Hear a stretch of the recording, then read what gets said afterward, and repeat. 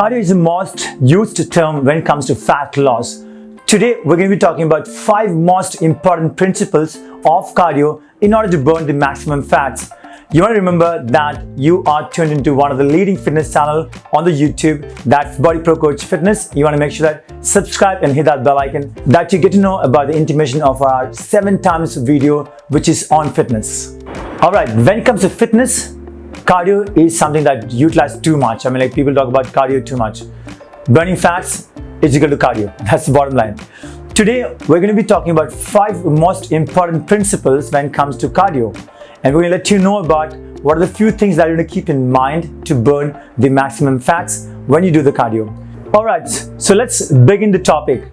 First of all, let's understand what is cardio. Cardio is about training your cardiac muscles. That's about your heart muscles, alright?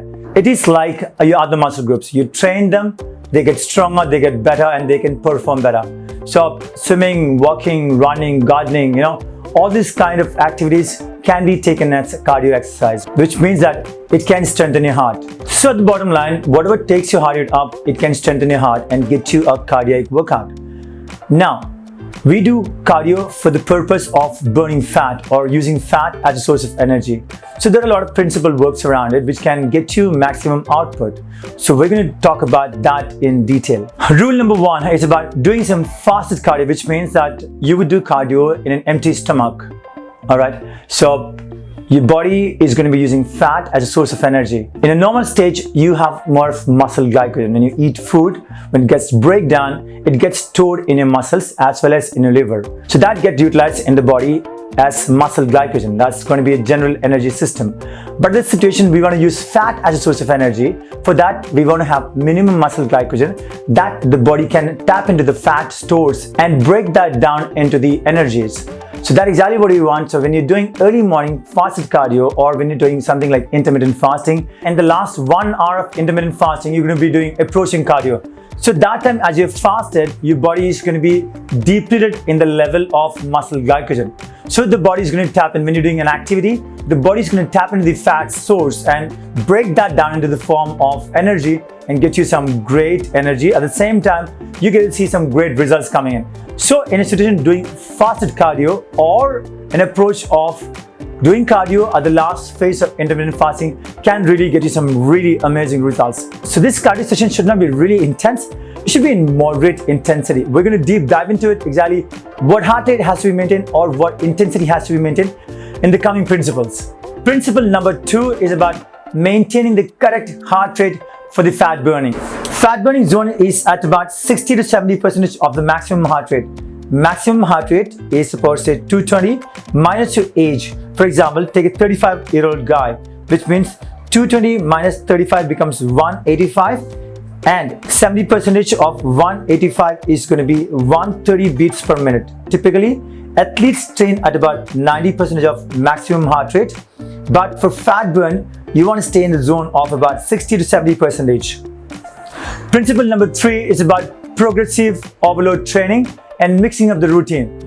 You generally get to see some people in the gym, they're doing the same routine of exercise, same motion for years and years, and they don't get results, alright?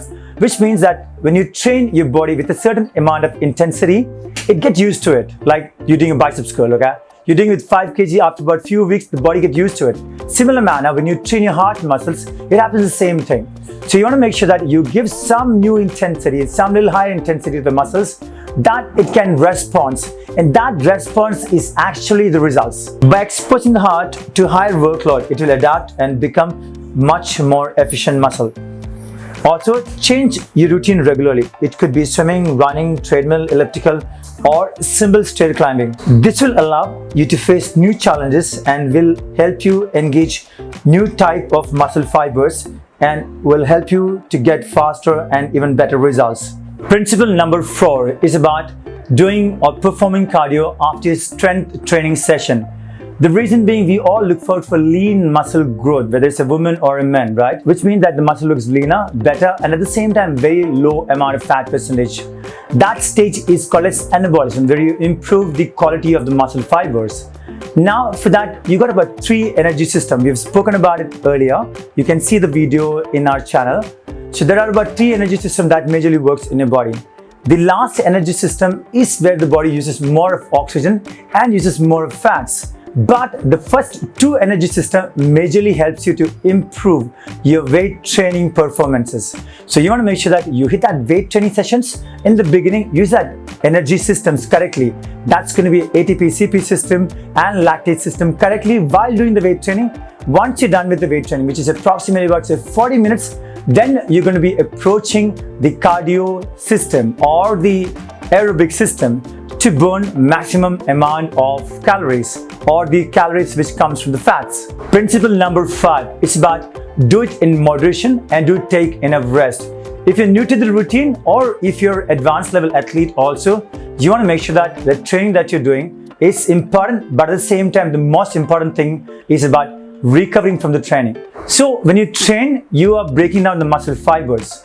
And when you take rest, those muscle fibers get recover and they get better and stronger. Now when it comes to training too much, that can lead to overtraining. And when you're overtrained, your body understands that you are in a situation of too much of stress, and that body releases a lot more cortisol, that is stress hormone. Increased cortisol can cause insulin resistance, also make you feel more hungrier, which means you're going to eat more food, which is going to completely go against the protocols of losing fat. So it's very important that you work hard, you rest, you recover, and you improve your performance by increasing intensity if you're doing strength or cardio sessions. Alright guys, so being said that, that's the 5 major principles that you need to keep in mind when you're doing cardio for the fat burn. Thank you so much for tuning in. I'm looking forward to see you in the next video. You want to make sure that you subscribe, hit that bell icon, and please do share the channel with your friends and family. Looking forward to see you in the next video. Thank you.